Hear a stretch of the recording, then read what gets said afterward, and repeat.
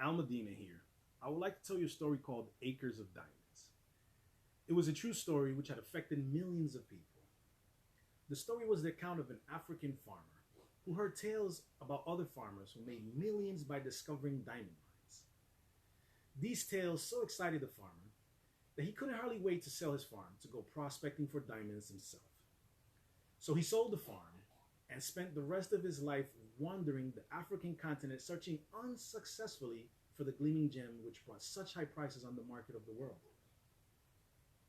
Finally, the story goes, he went out in a fit of despondency and threw himself in a river and drowned. Meanwhile, back at the farm, the man who bought his farm happened to be crossing a small stream on his property when suddenly there was a bright flash of blue and red light from the stream bottom. He bent down, picked up the stone. It was a good sized stone, and admiring it, later put it on his fireplace mantel as an interesting curiosity. Several weeks later, a visitor picked up the stone, looked closely at it, hefted in his hand, and nearly fainted. He asked the farmer if he knew what he had found. When the farmer said no, he had thought it was a piece of crystal. The visitor told him that he had found one of the largest diamonds ever discovered. Well, the farmer had trouble believing that. He told the man that his creek was full of such stones, not as large perhaps as the one on the mantle, but well, they were just sprinkled generously throughout the creek bottom. Needless to say, the first farmer had owned free and clear acres of diamonds, but had sold them practically for nothing in order to look for them elsewhere. Well, the moral is clear. If the first farmer had only taken time to study and prepare himself to learn what diamonds look like in their rough state, and since he already owned a piece of the African continent, to thoroughly explore the property he had before looking elsewhere, all of his wildest dreams would have come true.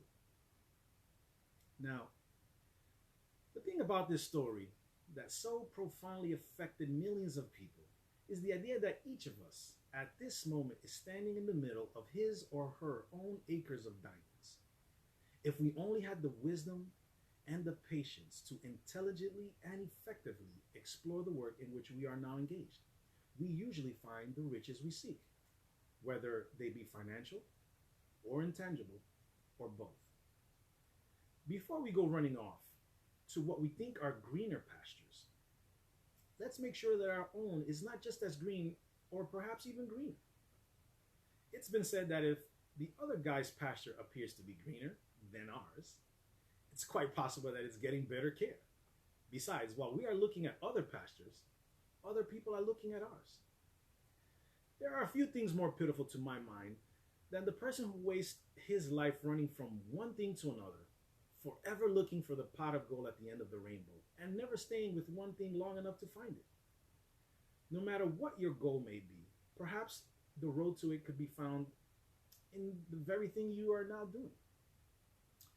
Your mind is your richest resource. Let it thoroughly explore the possibilities lurking at what you're presently doing before turning into something new. Every kind of work has such opportunity lurking within it. The opportunities are there now, clamoring to be noticed, but they cannot speak or print signs for us to read. Our part of the bargain is to look at our work with new eyes, with eyes of creation. The first thing we need to do to become a diamond miner is to break away from the crowd and quit assuming that because people in the millions are living that way, it must be the best way. It is not the best way. It is the average way. The people going the best way are way out in front. Way out in front. They are so far ahead of the crowd, you can't even see their dust anymore. They are the people who live and work on the leading edge, the cutting edge, and they mark the way for all the rest. We have a choice to make, really, you and I.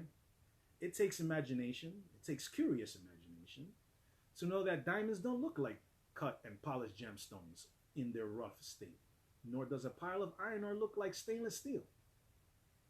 There is no growth of any kind without risk. We start running risk when we get out of bed in the morning. Risks are good for us. They bring out the best that's in us. They brighten the eyes and get the mind cooking. They quicken the step and put a new shiny look on our days.